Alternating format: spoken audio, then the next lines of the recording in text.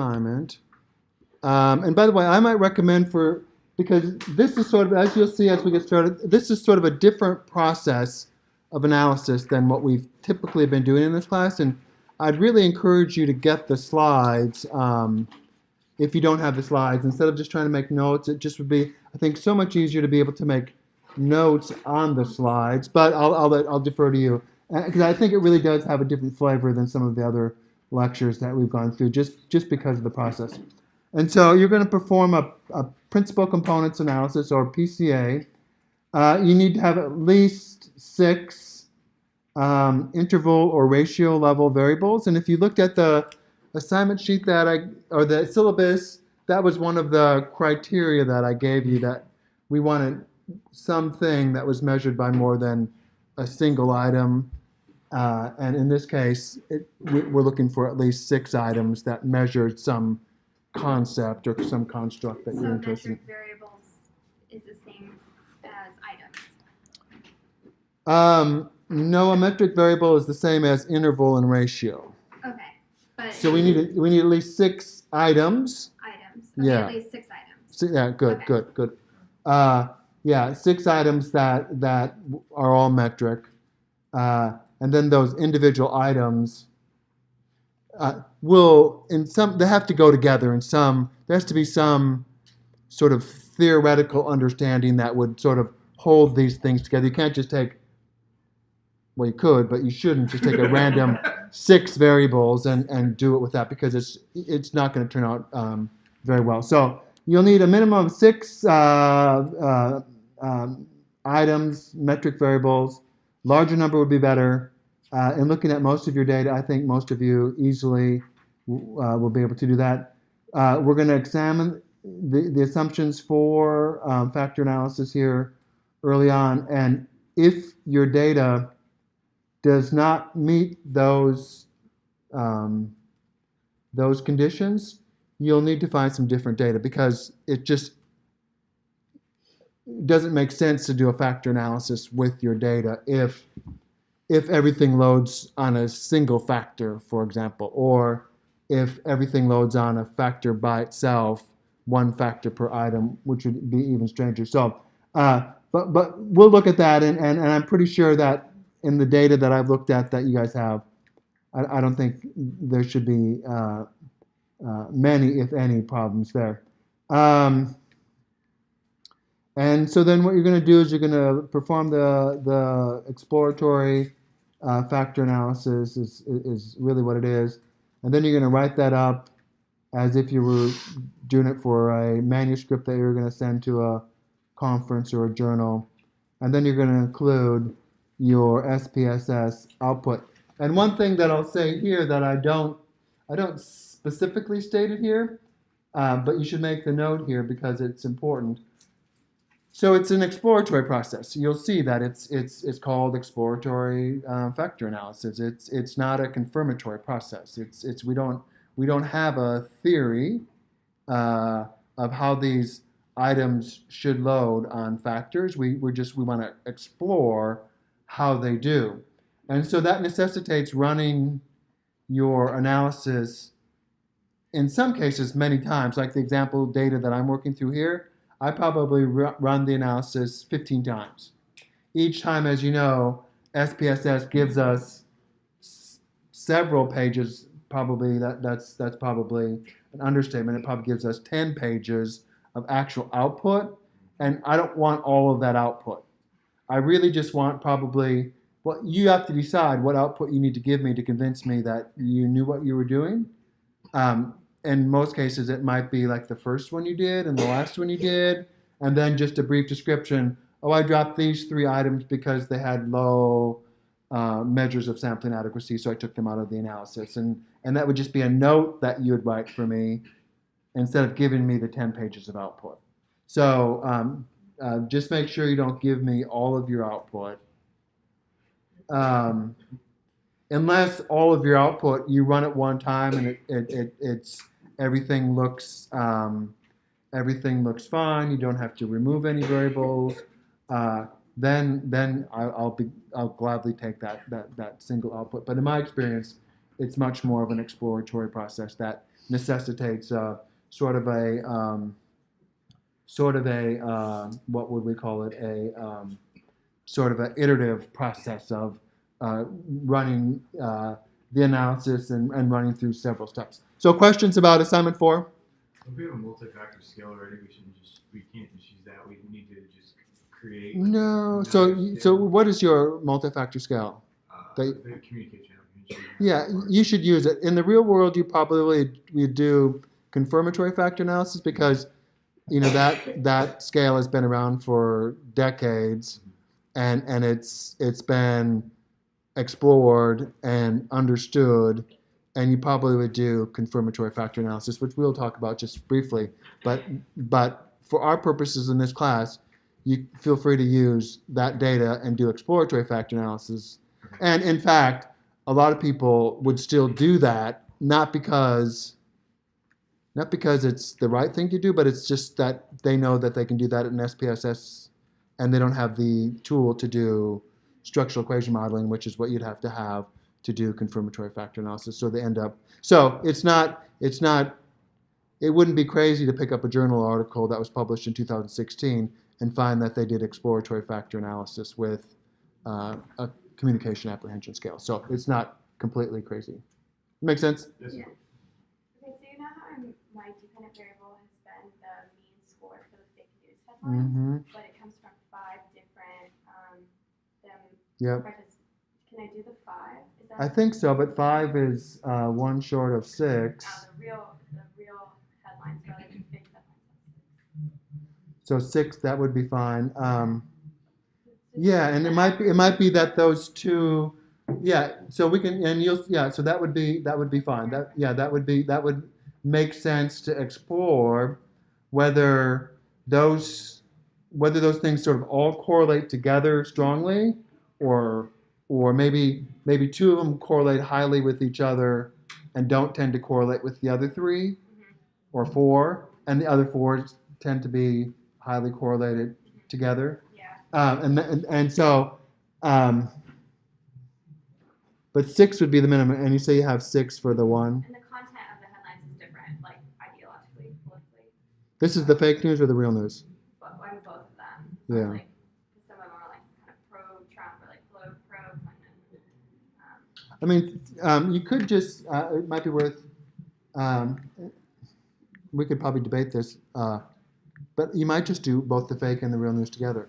Okay. So there'd be 11, right? 11 items, 11 questions.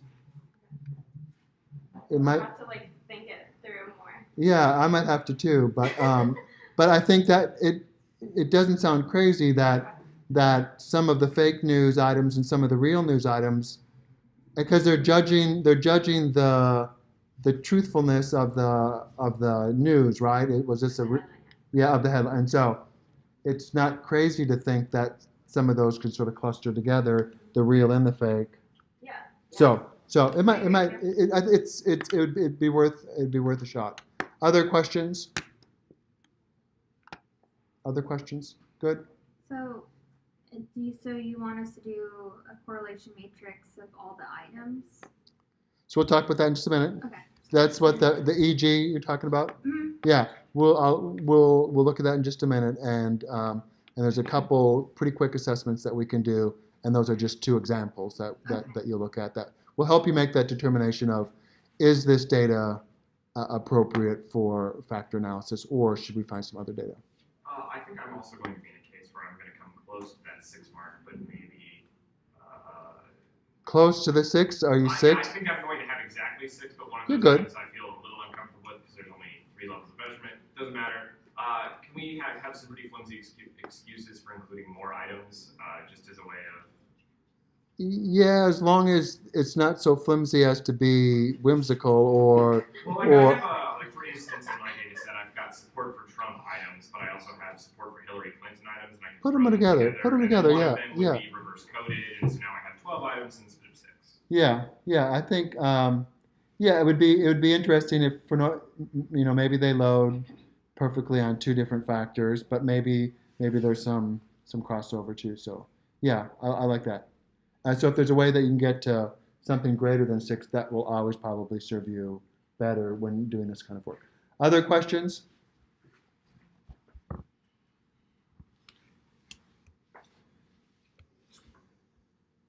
Did I start the recording? Yeah, you did.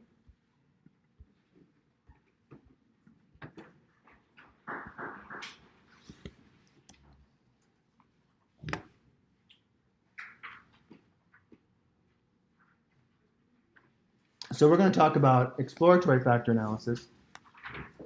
Is this always up there, or will that go away? It goes away. Go away. It went away.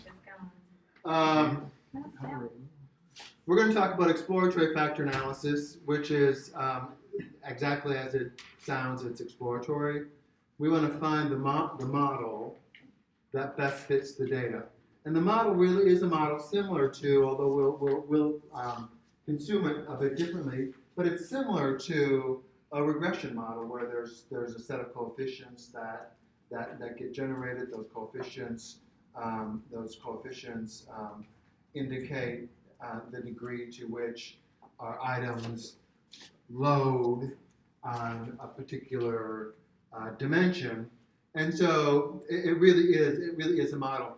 And the world of data science, we call this unsupervised learning or unsupervised analysis because we don't have a dependent variable that's supervising the analysis. So regression is a supervised form of analysis because we always have a dependent variable. This is unsupervised because there's no dependent variable. There's no outcome that we're trying to model. We're just trying to model the items themselves.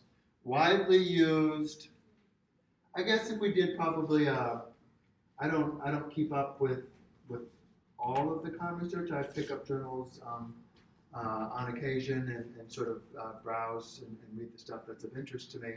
My sense is if we did an analysis, just count the total number of exploratory factor analysis in human communication research, communication monographs, Journal of Communication, the three largest communication journals. My sense is the number's going down. It's probably not on the rise. It's probably a procedure that was on the rise from the advent of PC computing, where people were able to do this in their office. So the mid '80s to the middle part of the 2000s, and then I think but that's anecdotal. But it'd be sort of interesting to do that. And my guess is more people are doing confirmatory, and that's really the theory that I have. And so we can use SPSS to do exploratory factor analysis. Another form of factor analysis that's quite different is more confirmatory, or it is confirmatory, where you specify your model using theory, and then you test whether your data supports that model. And you have to have some knowledge of structural equation modeling. We'll talk a little bit about this, sort of depending on what we have at the end of the semester. I have 2 or 3 weeks where we'll choose some topics that we want to talk about. We can, and this might be one that we'll decide we want to talk some about. But it does require, there's a SPSS, like $10,000 add-on thing that you can buy. What do they call it? Listral? No, it's, what is it? No, it's called, SPSS is structural equation modeling, it's called AMOS. And so you can buy AMOS for $10,000 might be half price. Yeah, and so but even with it, it really is. It's learning a different way of thinking about. It's learning a new piece of software for sure. Learning some statistical analyses that really easy, pretty hard to mess up. Well, you can do it, but more difficult to mess up a regression analysis or an ANOVA or a t-test or a correlation. There's only so many things that you can do wrong, right? So you're limited to, but with structural equation modeling, from the get-go, you can do things that you just probably shouldn't do with data, and it can cause you to think you have things in the data that you really don't have. So it does require some additional knowledge. A lot of software out there. again, my pitch for R, you can learn how to code in R, and they have 5 or 6 free packages, all of which does the as good or better than the $10,000 Amos software. And again, it doesn't cost you a dime. Listerol is another one that a lot of people, somebody in the department teaches a class, don't they? And she teaches, does she use Listerol? Yeah. Yeah, and so Listerol, you have to write code, right? Or they do have a graphic user interface that some people use, but you write a little bit of code too. The way she teaches it, especially, you use code. Yeah, and so it is, if you're interested in doing quantitative research, it's very powerful. It has a lot of appeal. You can model processes that have multiple outcomes and multiple inputs, and it's just much more powerful than what we can do with the regression analysis, for example. So we might get to this towards the end of the semester, but it would be in a larger context. Structural equation modeling is really a combination of confirmatory factor analysis and regression. It takes those two methods and puts those together. And so we're going to talk about it if we do talk about it at the end of the semester. We'll talk about the larger structural equation modeling, which will harken back to our discussions about regression and also factor analysis. So, in talking about or thinking about exploratory factor analysis, the purpose here is to summarize the information contained in a set of variables by creating a smaller set of composite dimensions called factors or components. And these composite dimensions, the word composite there is just an indicator that it's several items. It's a composite of items that you're bringing together. So what we want to be able to do is take a larger set of, let's say we have, how many items in the communication apprehension scale? 24, 6 So, on each. Six on each of the dimensions. So the question we would have if we were looking at that data for the first time, not knowing that others have done this work, the question we'd have is, are all 24 of those items sort of discrete dimensions of communication apprehension, or do they in some way group together so that some of them correlate highly with each other and then tend to correlate lower with the other items that are remaining, and so with the other items that are remaining. And the other option is we just put all 24 of them in our analysis, and we treat them all as individual items. It seems like a bad way to do analysis from my perspective, if for no other reason. We know that single items probably have more measurement error than multiple items, and we also are sort of unnecessarily, or potentially we're unnecessarily using up our degrees of freedom with these 24 items plus whatever else you want to use in your analysis. So that's sort of and we'll look at some example data today that I think will sort of highlight sort of what it is that we're trying to accomplish when we do EFA. Brittany? Okay, so now I think I'm understanding Natalie's earlier point a little bit more. So for everything that we've been doing so far, I had combined all the items together to make like a mean score for those, and that's what I've been using. But now I'm not using the mean score. I need to go back to using individual items. Yeah, and remind me what were the names of the things that you combined? They were the conflict styles, so like collaborating, competing, accommodating. Yeah, and so and you they each had like 6 to 10 items in each. And I just mean them. Yeah, and so you would use those individual questions to do the exploratory factor analysis. Okay, thank you. And again, sort of have to suspend reality for just a minute, because if this was a real research project you were doing, and if other people have done exploratory factor analysis over and over and over again on that data, there's probably not a good reason for you to do another exploratory factor analysis. What you would do is probably do confirmatory factor analysis, just to confirm that the data structure, the data model fits with what other researchers have found. But we're going to sort of suspend that, given just the necessary.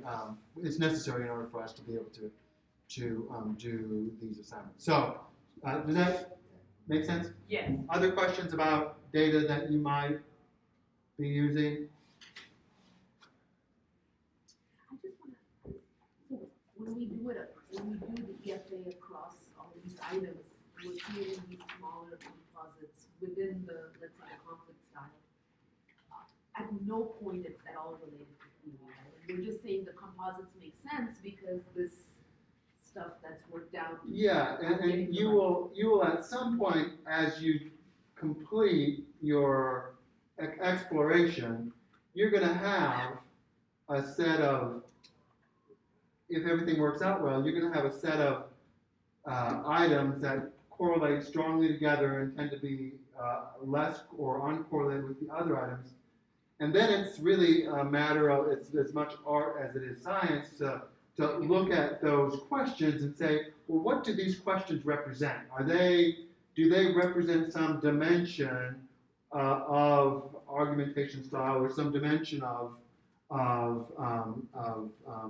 apprehension that people might have around communication? And that really is that really sort of that naming of the components is what we'll get to. Is again, it's there's no science, or there's not much science there. It's really a use your understanding of theory, use your understanding of what these questions are getting at, and then give it a name. Hopefully, give it a name that has a lot of marketing appeal, because you have to market yourself as a scholar, or nobody else will, right? And so come up with names that have some sex appeal, that will grab, and they have to be intuitive. You can't be too far out there, or you'll lose. But I think it's really probably, in terms of what we're doing here, it's as important as any of the math that we talk about. Just what do you do at the very end of this with your analysis, and what do you, if you call them principal component 1, principal component 2, and principal component 3, good luck in getting that published.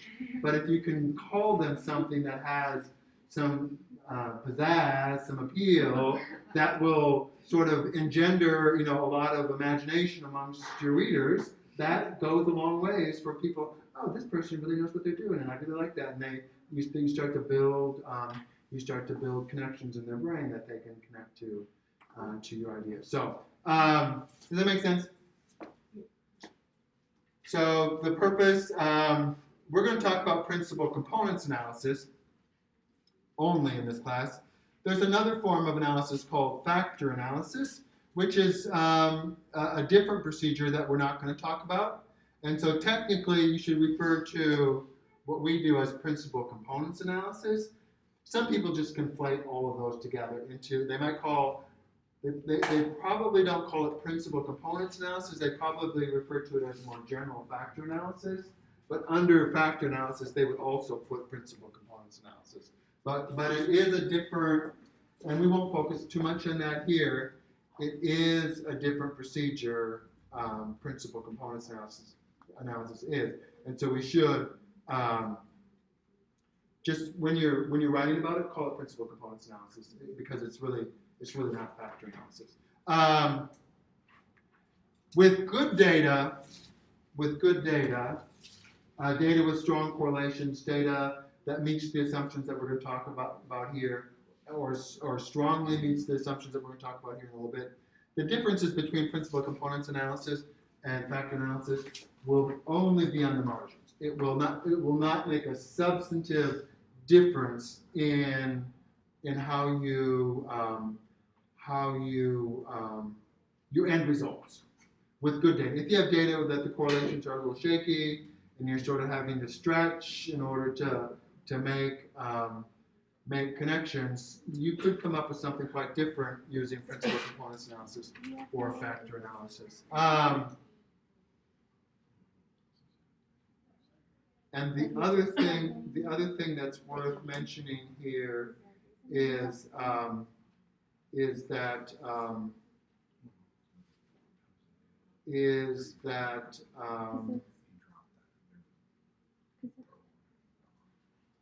yeah, I don't remember what it is that I was going to mention. The 2 points here is this is the major difference, and there are some people that feel really strongly like you should never use factor analysis. You should only use principal components analysis, and other people feel really strongly that you should just use principal components analysis. So there are people that feel strongly about it. And again, because it is both of them are forms of exploratory analysis. Do both of them and see if you get substantively different results. If you do, then you have some decisions to make in terms of what you're going to report. But again, with good data, the results you should be able to confirm the results. Again, maybe not exactly, but they should be quite close. So the big difference in terms of principal components analysis and factor analysis is with principal components analysis, we're looking at really all of the variances that we can partition out of our data, where that would be the common variances, the variance that would be, if we think about this in terms of perhaps Venn diagrams, the data that the variance that's common amongst groups of variables, the variance that would be error variance, that would be just that noise that is always a part of any data gathering. And then there's some part of our data that might just be unique to the variance might just be unique to individual variables. And so with PCA, we're looking at all of that variability. With factor analysis, we only look at the shared variances within our data set. And so again, if you want to stir up a debate, ask people which of these are better, and you'll probably be able to stir up a debate. And from my perspective, PCA is more common, so we're going to talk about it. But do them both, and what we learn here will certainly help you do that. And so at the end of the day, this is some logic that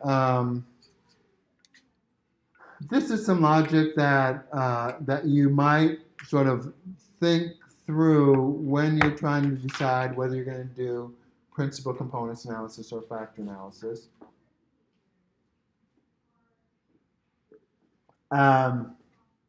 Both of them sound similar to me. Both of them,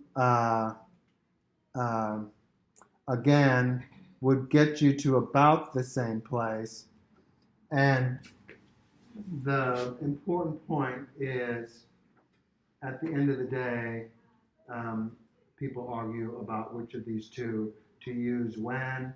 And so you'd always be able to find some literature that says that you should do principal components analysis with your data, or you should do factor analysis with your data, because it just has been debated for decades. I think, in anecdotal again, principal components analysis is more common in communication research. We're only going to look at PCA, and then again, just make sure that when you write up your analysis, reference it as principal components analysis, because that is technically what it is. Just had some clarifying questions. EFA, FA, same exact thing. It's just you're shortening the acronym. Or are those two? EFA is sort of the higher level procedure, and there's two types of EFA: principal components analysis and factor analysis. Okay, So umbrella term EFA, below that PCA FA. Yep. Okay. And then if you need to find a citation to document why you're going to do what you're going to do, you'd be able to find researchers that. And I mean, at the end of the day, and I'll let you finish your question, Natalie. At the end of the day, just try them both and see which one works the best. It's exploratory, right? And it's the only time you sort of have that liberty, at least in this class. It's exploratory. Try them both, see which one works the best, and then make the case for using that procedure. Natalie, sorry. Okay, so I just wanted to make sure that EFA and didn't not equal FA, but it's a subcomponent of EFA, subcategory of EFA. That's right. Okay, and then for the homework, I know you said you'll talk about it a little bit more. Are you asking us to do both PCA and FA? No. Okay, just principal components Okay. analysis. We're sort of broader conversation about the options that you would have okay. as a researcher writ large, and then we're going to focus in only on principal components analysis. But it's just a matter of clicking a button in Right. SPSS and the output changes just a little bit, and the interpretation is nearly identical. So it would be well within your reach for other projects that you're working on to explore both procedures. Other questions?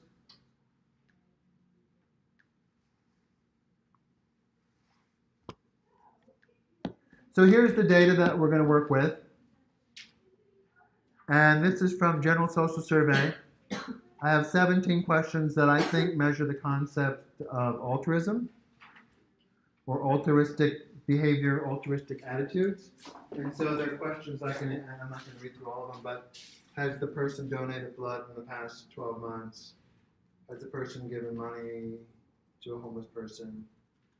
Have they returned money after getting too much change? Allowed a stranger to go ahead of them in the line? And then some questions about more attitudes. People should help less fortunate. People should help less fortunate others.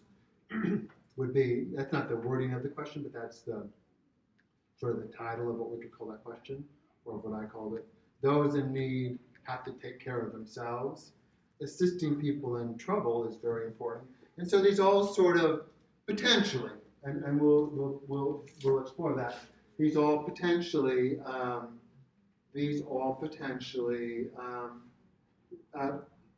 might correlate together in groups, right? We could sort of read through these and maybe come up with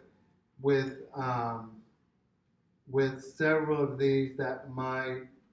What do you think? Take a minute and read through the list of. I think there are 17. Take a minute and read through the 17 and see if you can think of some subset of these. Don't look ahead in the notes. Some subset of these that might group together. And let's talk about that. And then I'll get to your question.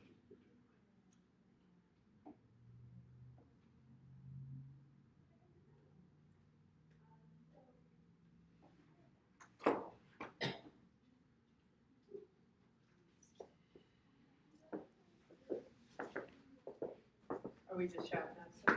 You're going to just take a minute and then we're going to shout them out, okay?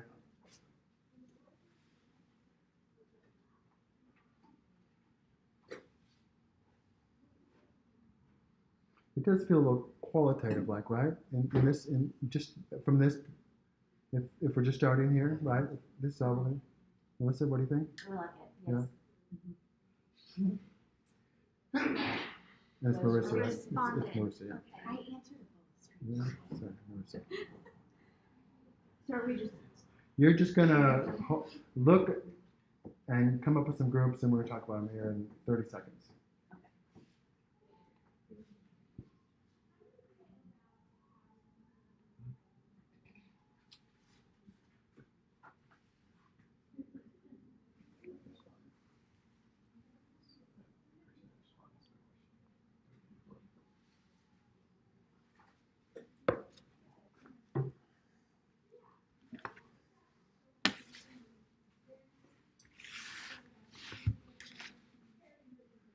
Brittany, what do you think?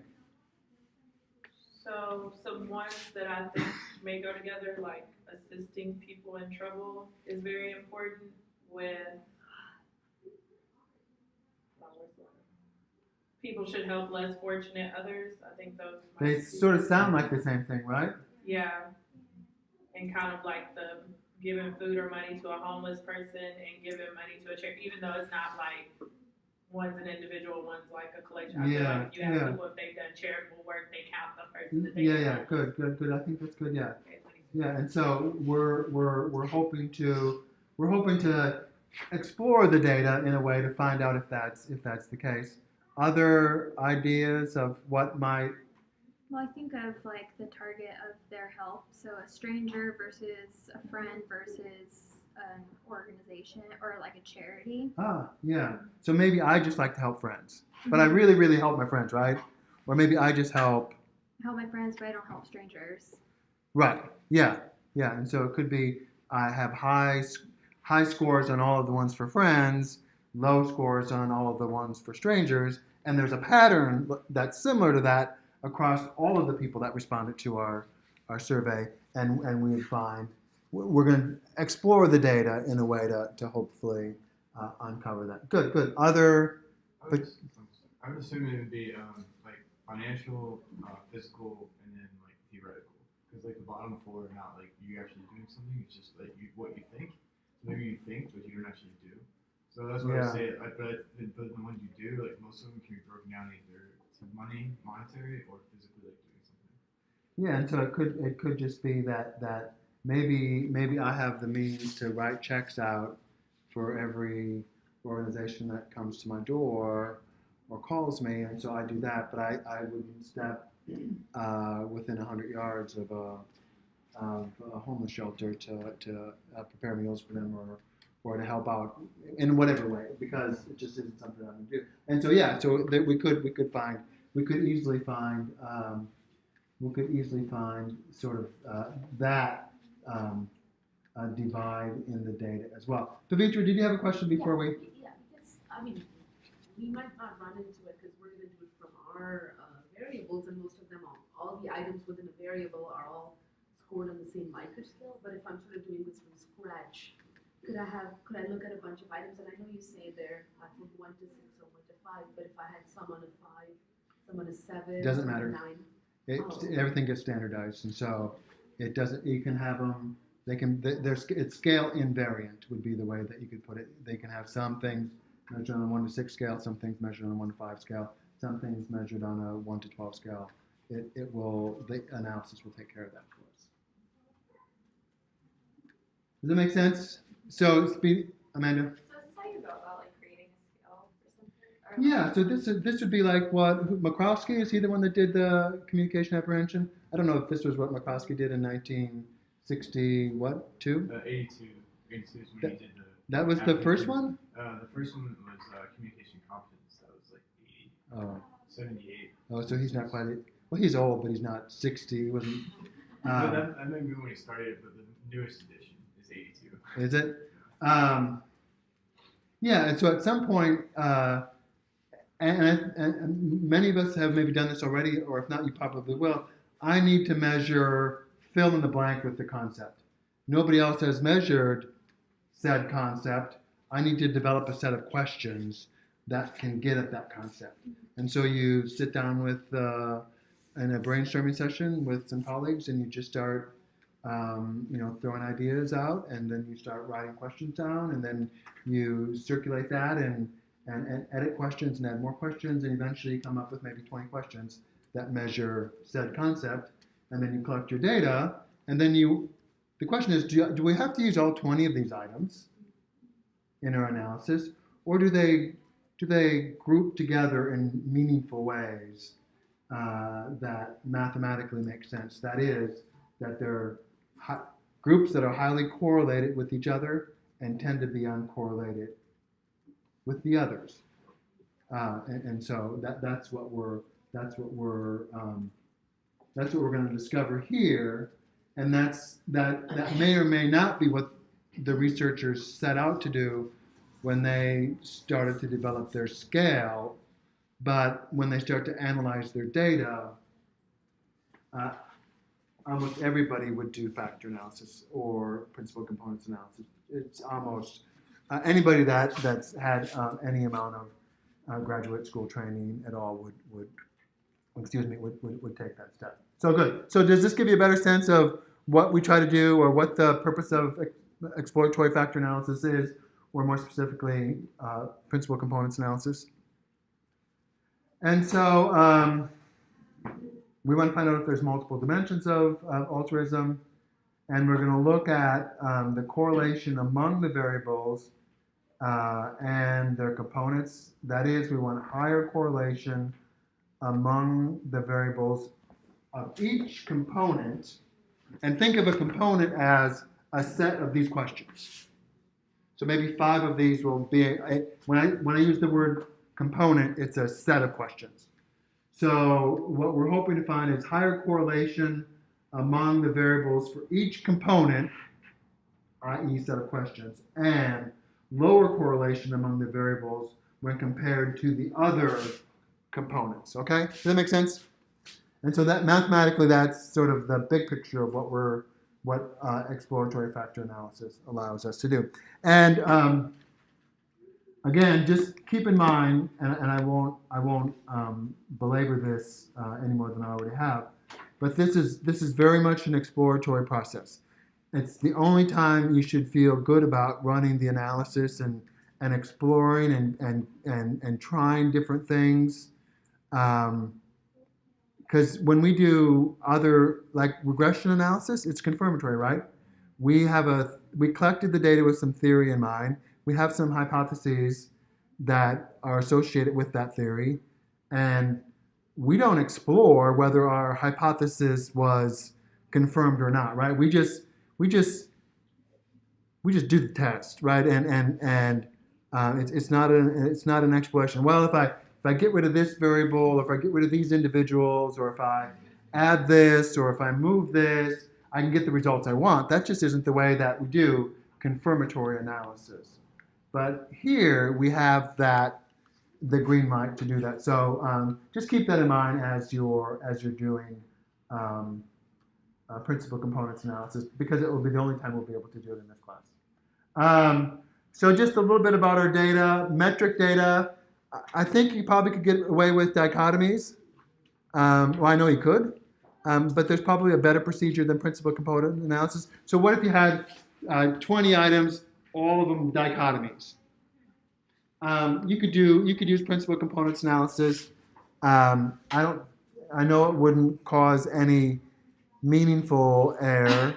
I don't think it would give you any meaningful warnings, but there might be a better procedure. I'm just not familiar with that. But by and large, we look for metric data, that is interval or ratio level data. The missingness of the data is missing completely at random, right? So you assess your data to make sure that any missing data is not systematically missing. If it is systematically missing, you'd have to take refer back to those notes from that lecture to what are the remedies for systematically missing data.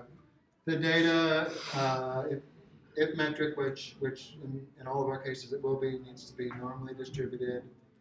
Absence of outliers among the cases, both multivariate and univariate outliers. And then just really just generalities, and there's no absolutes here. There's a lot of abouts. About 300 individuals, if your unit of analysis is individuals, would be a good number, if you had that. If you don't have that, I would say if you don't have more than 100 cases or rows of data, you probably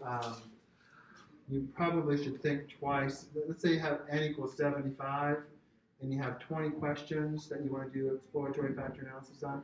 That just, to me, seems like the n is too low to have results that you'd have a lot of confidence in, or any confidence in. So about 100 cases, or a 5-to-1 ratio of variables to cases, and these two these two don't line up mathematically. But if you can sort of check one or the other of these, you probably would have some rationale for doing principal components analysis or factor analysis with your data. So I don't think anybody should have, and what I recall from your data, I don't think anybody should have any problems meeting these expectations with the data. And so, stepping back for just a minute, there's two approaches we could take to doing principal components analysis. The first approach is we could just run the analysis, get to the output that we really care about, and you'll see that here shortly, and interpret that output, and then potentially delete any variables that are what we call cross-loaders after, if they're identified, you would delete your cross-loaders and then rerun your analysis. So that would be one approach. You just do everything and then get to the output and then remove cross-loaders as you review your output. My preference is to get rid of all of the non-meaningful variables, the variables that we know are going to be cross-loaders down the road. Let's get rid of those up front. Then run our analysis and we'd have a cleaner analysis at the end. It's really a personal preference. It's what we're going to talk about here. It's what I'm going to ask you to do for the assignment. But after you're done with this class, or when you do your own work, you can do it whatever way you want to.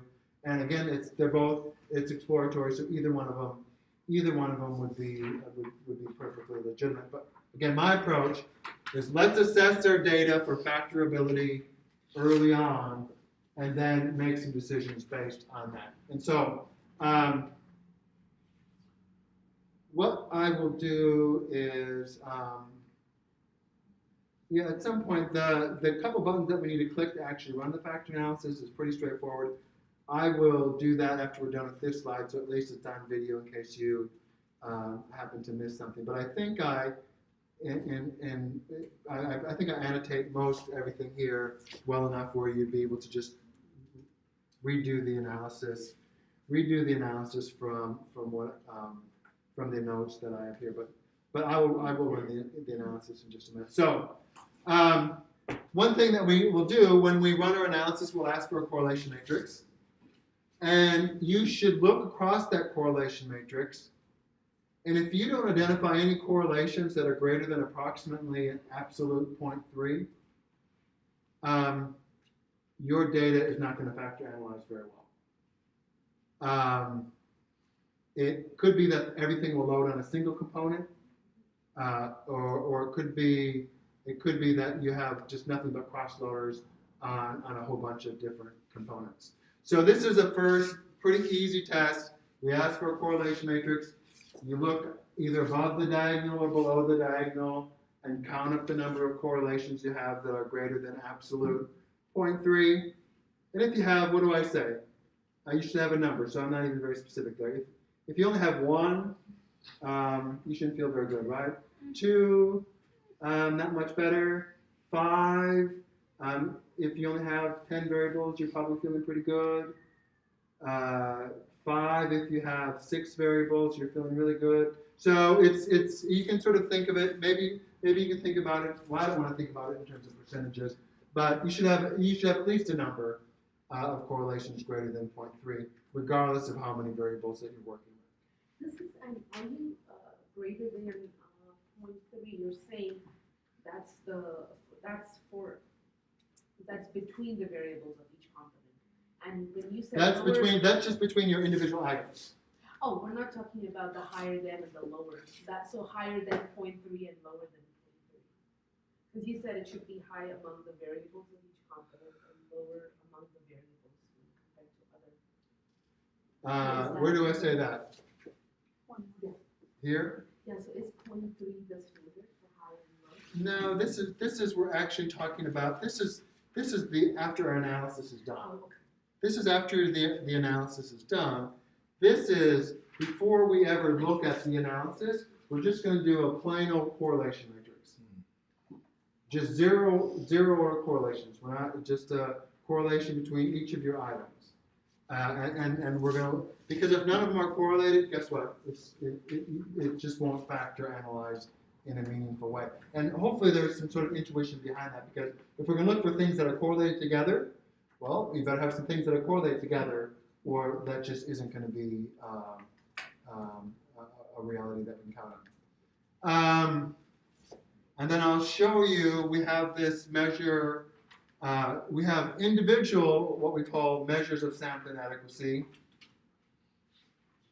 And this is approximately 0.6. If you, and I'll show you where you find these in your analysis, and you'll look down that diagonal, and if you have measures of sample inadequacy for a particular variable that's 0.2, you should just remove that variable from the analysis. Either you remove it now or you're going to remove it later. And so I'll show you where this is when we get to looking at some output. So this is just another way for us to have some confidence that we'll be able to factor analyze our data. If you look down the MSAs for all of your items, and all of the MSAs are less than 0.6, it's going to be pretty tough to get a meaningful factor analysis out of that. So probably the best thing to do would be to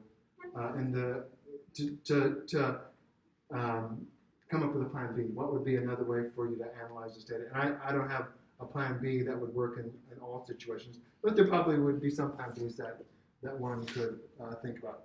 And so we have the individual measures of sample inadequacy associated with each variable, and then we take the average of all of the MSAs, or I should say SPSS takes the average of all of them for us, and the overall average should be greater than 0.62. So if the overall average is less than 0.6, you should stop, because your data isn't particularly factorable.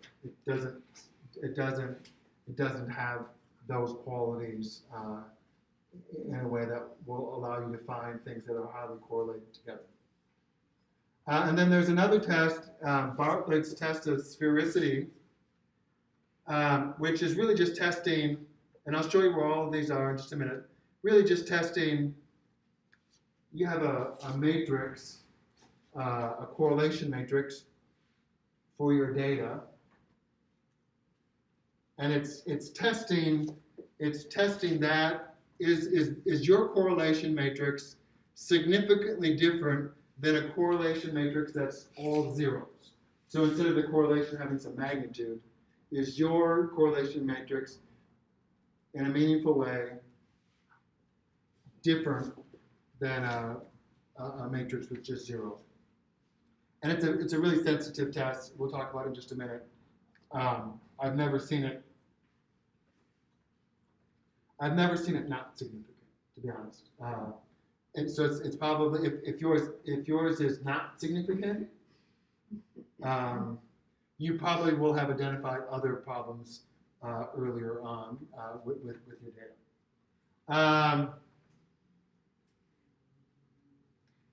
And so I think with these last two for sure, the overall MSA and the Bartlett's test of sphericity, if you can't check those off, you probably will need to find different data for this assignment. If you just happen to find a few measures of sample inadequacy that are less than 0.6, just remove those, or approximately 0.6, just remove those variables and rerun the analysis. And then ideally you won't, those problems or those issues will have taken care of themselves. And then hopefully you don't have two more that pop up, and two more that pop up, and two more that pop up. Potentially that could be the case, and then you would have to continue to delete variables until you we're able to correct this. Is there a minimum number of variables or items that we're talking about per, so that, I mean, or is there a minimum number of components that need to come with, for example, minus growth mindset? I'm just thinking, should there be like sub-constructs within it? Yeah, So should there be a minimum number of variables so I can get at those? Yeah, Mine only has, like, a 2 would be the very minimum, and 2 would be the minimum number of items on a component, Okay, and 2 is almost too few. cool. And we'll talk about that in a minute. And some other conditions would have to be in place before I'd be confident with a two item component. And so, Because it's again going back to the fact that we cannot have single item measures. Is that? well, it's not that we can't have single item measures. It's we have a preference for multiple item measures because we can spread the error across multiple questions instead of a single question. And so, but there's a lot of really fine research that gets done with single items. I never got any of mine published, but they always said, single item, we're not going to publish this. What's the matter with We're in you? the work motivation class, and we just spoke about job satisfaction.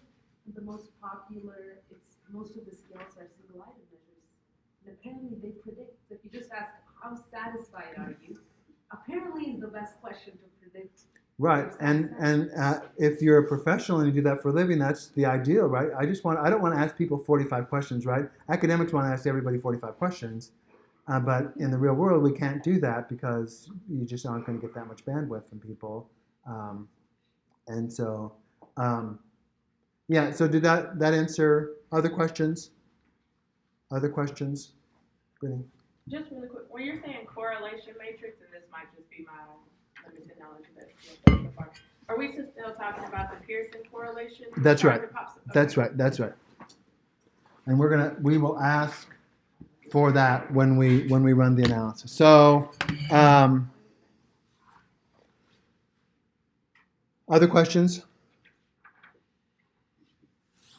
Let me just run the analysis so at least we have that on the video. And then I think for the most part, we might have to go back and forth a few times.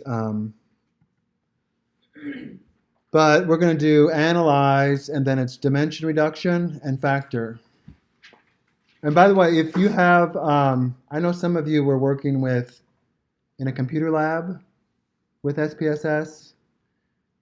The university did get their licensing in order. They paid the bill or whatever IBM wanted. And so if you have a faculty member that you're working with on a research project, that person could contact the OU IT store and get a license that you can license a copy on, and just then download the version from the web, the trial version, and then use that license code to license your copy. And it falls perfectly within the usage agreement that we have with IBM. Me giving it to you in this class falls outside of that usage agreement, or I would. So you need sponsorship from a faculty, or is it open to all students? You know, I think why not walk over to the 1U store, the one on Boyd Street, Right, yeah. not the one in the Union, but the one on Boyd Street. Bring a disc with you and tell them you want SPSS and see what they do. They might give it to you, but they might ask for your faculty ID too. To be honest, I'm not sure what they'll do. It depends on who's working, right? If you get the right person working that doesn't know the rules. But yeah, you just tell them what you need. Yeah, and then if that doesn't work, you can send just Ryan Beisel, I think, advises about 3 or 4 of you in here. Ryan could certainly walk over there and get with a disc. They'd give him both the license and the software.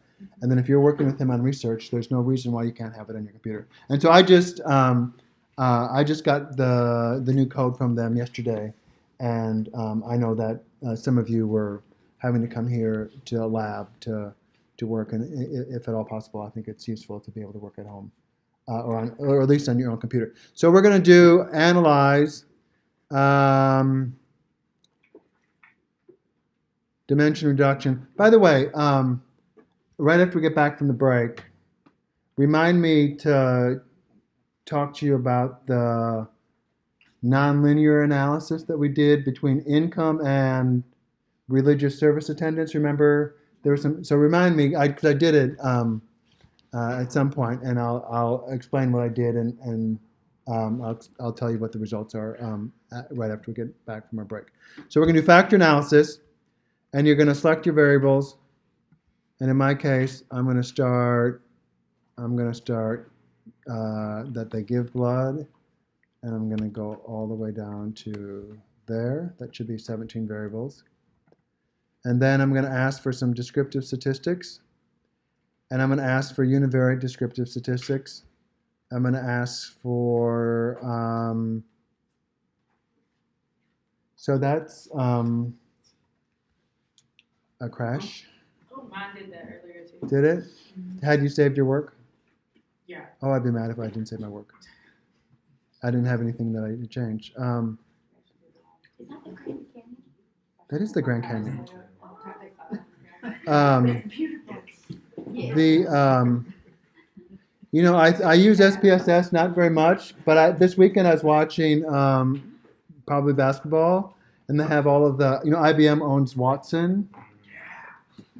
But I use their clunky software that just couldn't be any. I just don't think it could. It doesn't square with the Watson that they show on TV, right? They have this that Watson is solving all of these medical. Watson has digested millions of research articles and it can help doctors diagnose cancer like never before. And then I use their software that just makes our maps crash. yeah. And so I don't even know what storage. Oh, it takes like 2 minutes for it to open. And it's so weird having tried it on the Windows. It's really But I did use it on my Anti-Apple. PC, one of the library's PCs, and then one of their Macs, and they was definitely way worse. It's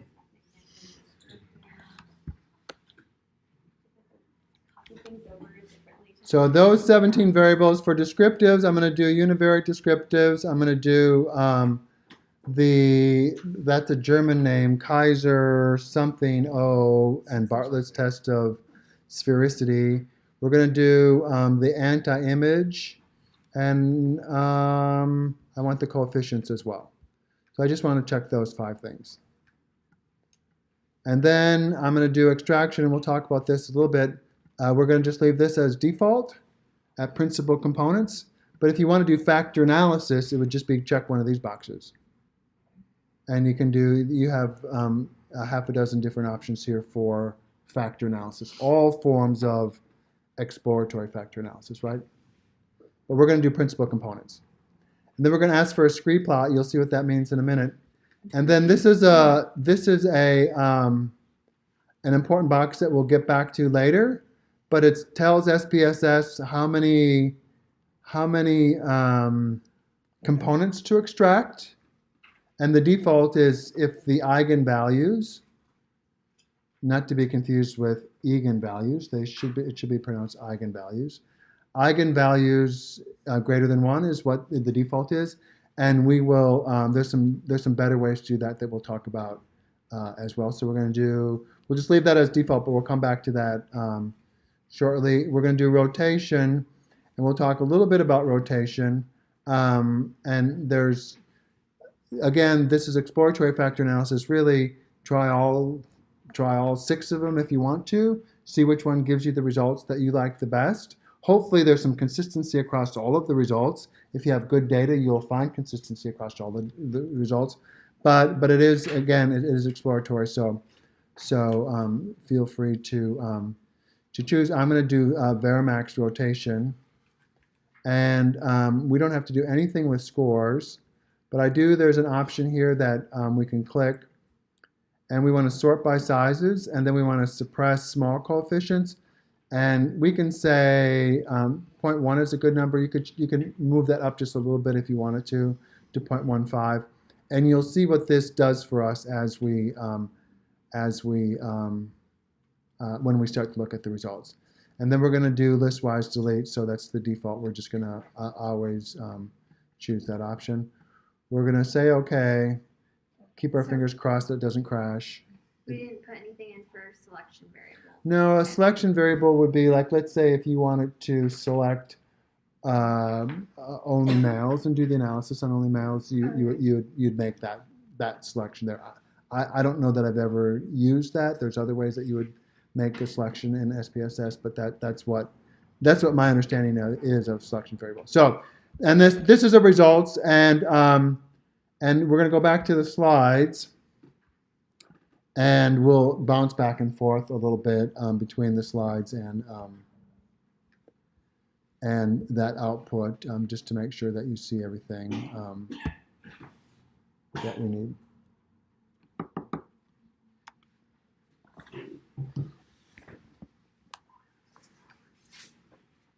So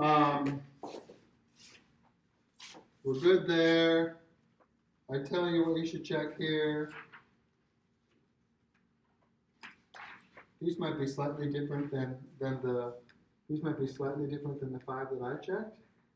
I don't think they are. They're not? Okay, good. I don't remember the inverse being there, but good. So you're going to check those 5. For sure those 5 are there. And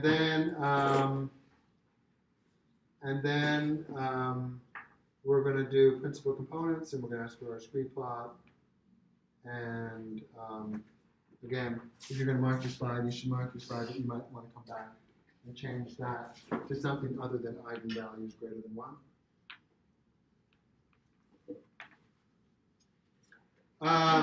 And it's very much an iterative process where, again, I think if I were doing this analysis, it's probably 20, maybe 15 times that I'd run, that I'm deleting a variable, running the analysis again, deleting another variable, run the analysis again. Look at some other output, oh dang it, and delete another variable. You might not have quite that, but it could be that, and there's nothing wrong. There's nothing wrong if that is the case, that you have to run your analysis several times, or in some cases many times. And then just a little bit more about a little bit more on a couple of the preferences that we ask for. So we do this thing, and we're not going to spend any more time than just this talking about rotation, but it's just mathematically making some changes to our data, making some changes to the analysis that makes the interpretation of those more straightforward. So we rotate our results in a way that sort of maximizes the differences that we're seeing in our data. It just makes finding where the variables lie on what component much clearer than if you don't do that. You would have the option to do none, but by rotating your solution, and everybody does, and it's just a way that emphasizes the results that you're getting. There's nothing mysterious about what we're doing. A little bit of logic that could potentially go into determining whether you're going to use a Varimax or orthogonal rotation. Orthogonal meaning not correlated, sort of at a 90-degree angle, or if you're going to do something that would be oblique, and there would be a couple options that you could choose there. But at the end of the day, like I said, try all of them, and with good data, you should have very similar results. There's really no harm in for sure trying Varimax in direct Obloman is how I pronounce it. There certainly is no harm in trying both of those.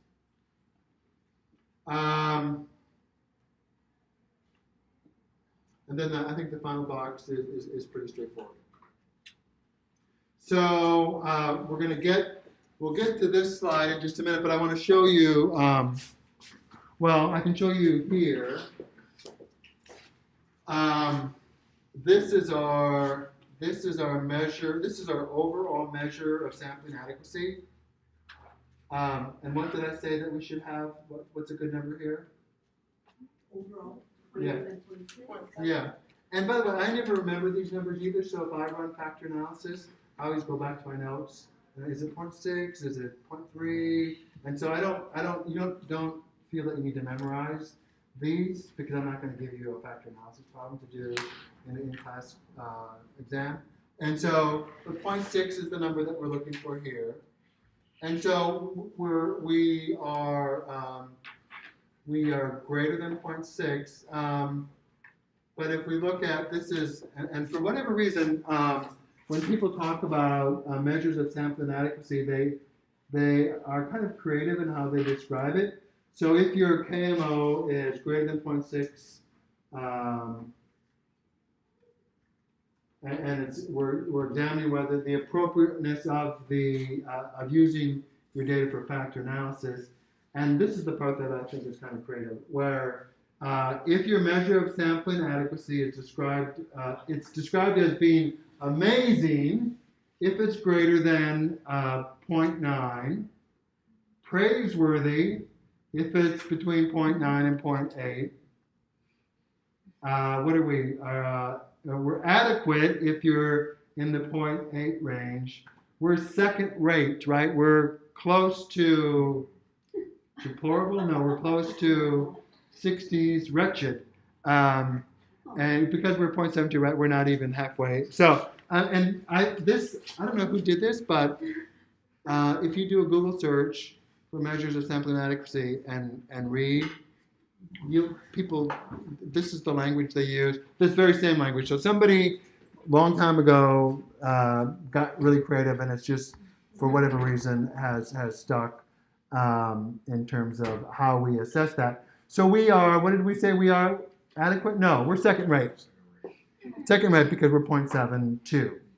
But at least we have some signs of a potential there, right?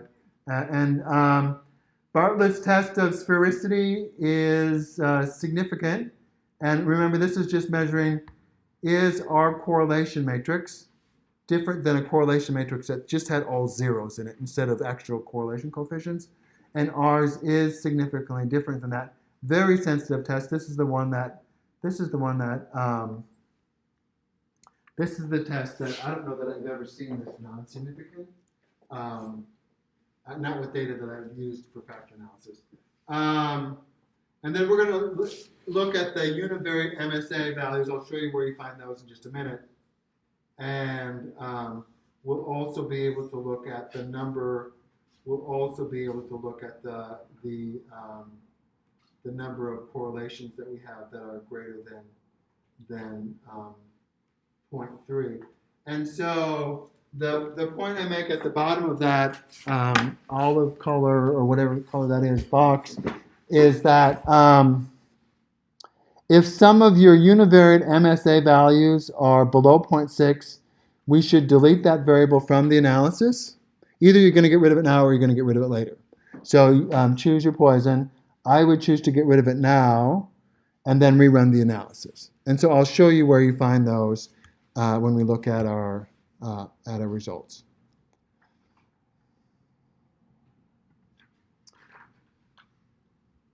And so from the top, these are our descriptive statistics. We have n equals list-wise 322. Some means and standard deviations if you want to look at those. This is our correlation matrix. In our case, it's 17 variables wide and, of course, 17 variables tall. And just look either above or below the diagonal, the positive diagonal, and just look for variables that are, what's the number that we're looking for? Correlations that are, yeah, absolute 0.3 and above. And so if we start going through here, no good news there, no good news there. Anybody see anything greater than 0.3? Somebody, Yes. where? Is it that a 0.355? Okay, I believe you. I can't find it though. To the right. 372. There's a 372. Oh, there's a few points. Yeah. 3A. Okay, so we're finding some, and I We think found 1, 2, Point 3. 380 as well, point R offered, C to a stranger, that's. but you don't get to count both above and below the diagonal, right? You either have to count them. You can't double count, right? So I think So- we're all below it right now. I was counting below, but if you're counting above, just make I'm counting okay. But anyway, so we have several, right? What did I say? We have to have a number, right? We have a number. We have at least a half a dozen, I think. Brittany's giving me the. I don't think so. Yeah. Do we have a half a dozen? That are above? Oh yeah, because it is going longer. Okay, I think yeah. Possibly. 269 is close, right? We call that 27. That's close to approximately 0.3, right? Yeah. So that's sort of the first. If you go through that and you only see, 0.05, 0.15, 0.10, 0.12, nothing that even gets close to 0.3. You'll also, there'll be other signals that data just isn't going to be very good for factor analysis. But that's a good place to start. The other place, and so these are the statistics that we looked at that I cut out and put on the slide. They might be slightly different here because I might have deleted some variables from that analysis that I didn't delete here. I'm not sure. Is it exactly the same? What do we have for the measure of sampling adequacy? I think point 72. Point what? 720. Yeah, so it's slightly different because apparently I deleted some variables at one point and I didn't save or I saved the file, and so this is just a slightly different version than the version that's on your slide, but it's just slightly. So so this measure of sampling adequacy, this 0.731, if we scroll down and look at the anti-image correlation matrix, make sure it's not the anti-image covariance matrix. We want the anti-image correlation matrix. On the diagonal, we see the little note that that A is measures of sampling adequacy, or MSA. So each of those are for the variable that is both on the row and the column. So the MSA value for respondent donated blood during the past 12 months is 0.753. And what did we say was a good number there? Yeah, again, we're looking for a point in that 0.6-ish range. And the overall measure of sampling adequacy, this number right here, this 0.731, is just the average of all of the individual MSAs. And the individual MSAs, how they're calculated, is not particularly important for us, but the formula is pretty straightforward. It's just a measure. It's really a measure of how well that item correlates with other items that are in the data. So And- on the diagonal, if anything is less than 0.60, should it be deleted? On the Approximately diagonal, 0.60, yeah. So if it's you use your judgment, right? If it's 0.59 or 0.58, or you use your judgment, and I guess I would probably, if you're indecisive on whether you should delete something or not, why not just keep it? But if it's 0.25, you shouldn't be indecisive about a 0.25. But if it's 0.55, I wonder, I really like that question, and I want to see if it works. Then there certainly is no harm in keeping it and then continuing to explore your analysis. All right, so that's the individual MSA items that you're going to just look down. We have 17 of them on that diagonal that we'd be able to look down. And then we get to the commonalities that we'll talk about, and I have those on the slide. So far, so good?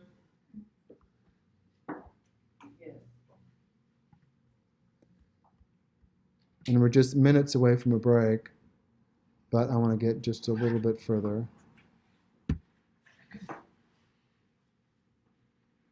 So what you'll have done is you might have gone through and deleted. What did I say here? That at some point I say that I deleted all univariate MSAs approximately 6. If some of the, I didn't say what I did there.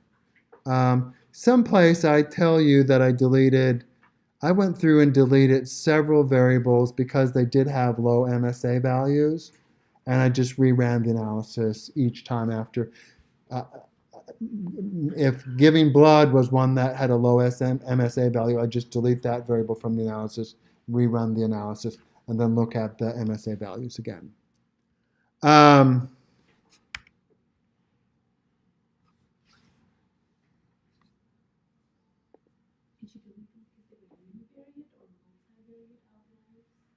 We would. What about it?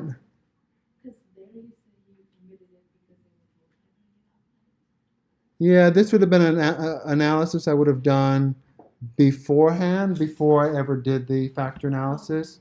So by the way, I don't expect you to do that for this homework. I don't expect you to do all of the sort of getting your data in order for this. If you want practice at it, it would be a good time to practice it. But it could easily double the amount of time that you have to spend on the homework. So we are going to assume that your data meets the assumptions. If you have reason to believe that it doesn't, you might make some of those changes early on. And of course, if you're doing this for a publication, we don't have the option of not doing that. We have to do that, and we just have the option when it's a class. I do say I had 6 correlations greater than absolute 0.3. It's not great, but it's okay. Just like our 0.72. And so on this slide, and this will be the last slide before we take a break, it's the first adjustment that we actually make to our component solution,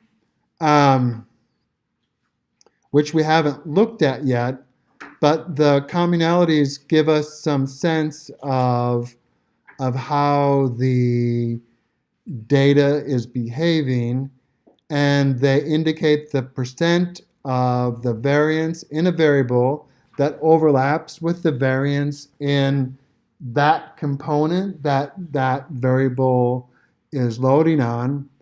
And ideally, we would want the derived component to explain at least half of the original variable's variance.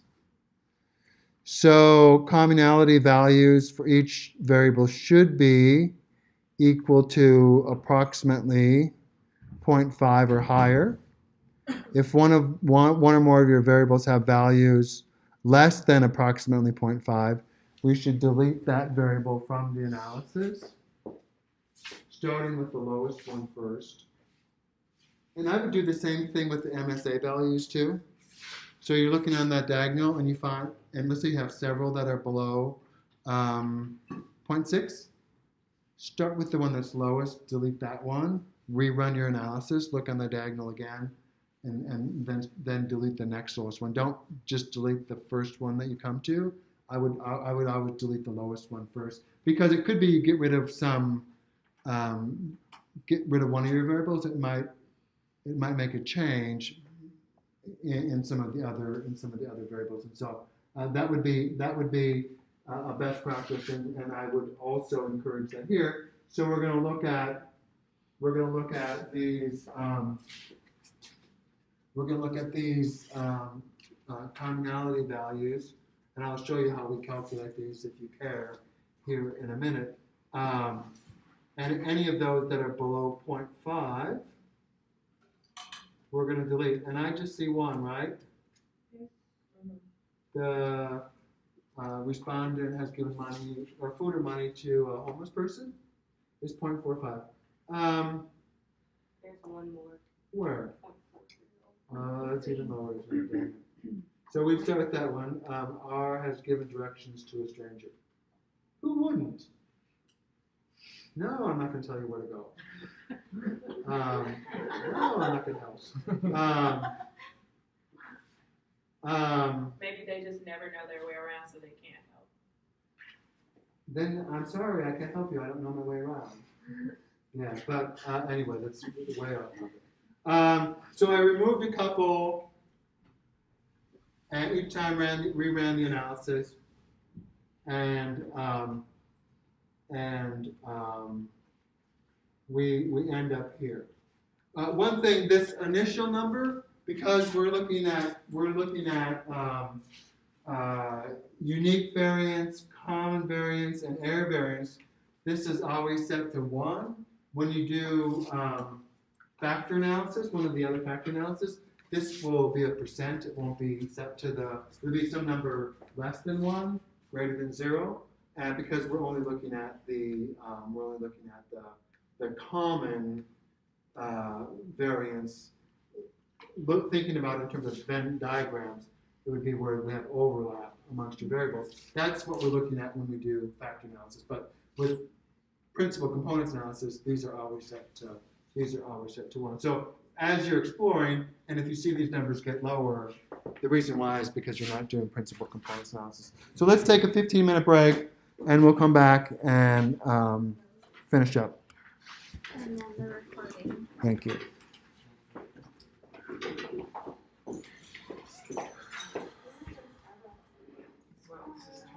Oh, great.